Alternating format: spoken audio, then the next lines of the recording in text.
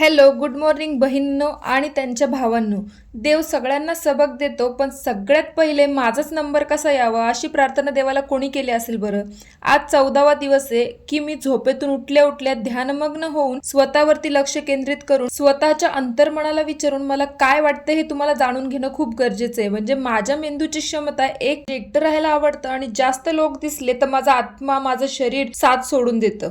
म्हणजे मला ॲटिट्यूड नाहीये, पण कॉन्फिडन्सची कमी आहे. माझं ना फ्रेंडशिप, लवशिप, यारी, चुगली या गोष्टीवरून भरोसाच उठलाय.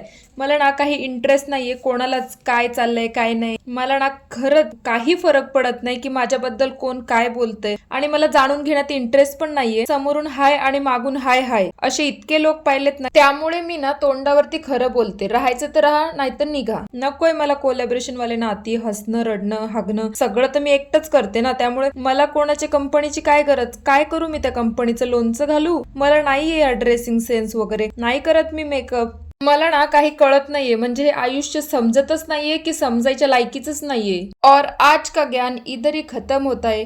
आणि जे व्लॉग मध्ये तुम्ही पाहिलं की दुधासोबत ते क्रीम वाला ब्रेड असतं तो खाल्ला, तो मला काही एवढा आवडला नाही, म्हणून नंतर मी परत हे कुकीज खाल्ले बरं का, एकदम भारी होते.